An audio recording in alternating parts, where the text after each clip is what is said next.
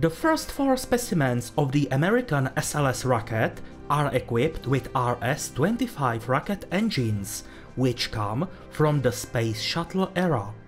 Starting with the Artemis V mission, however, these supplies will run out, and they will have to start using newly produced engines. Thorough tests are therefore being prepared at the Stennis Center in the state of Mississippi. This is an RS-25 rocket engine with serial number E10001. This is a newly manufactured non-flyable specimen intended for certification tests. On December 14th, it experienced its first static fire, which was supposed to last for 500 seconds.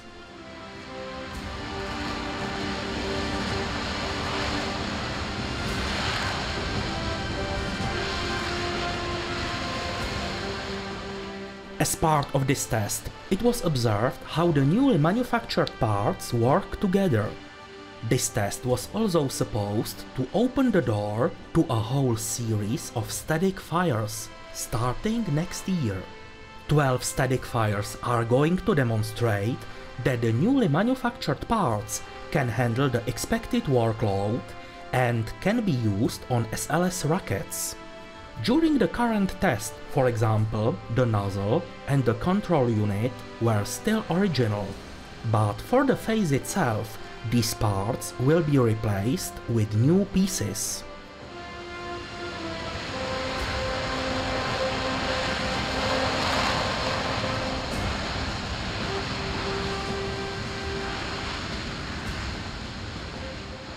RS-25 rocket engines burn liquid oxygen and liquid hydrogen. So although their work may seem to produce a great deal of smoke, it is only water vapor that creates a large cloud.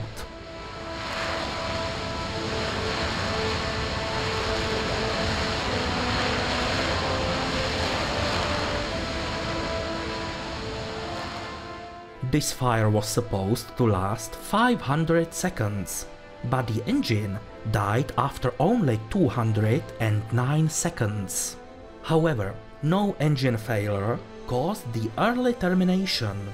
According to NASA, the failure was on the side of the test site's ground systems. The further course of the tests should not be endangered. If you use Twitter and like space, don't forget that the Spaceflight News Show has a profile there. You can find the link in the video description.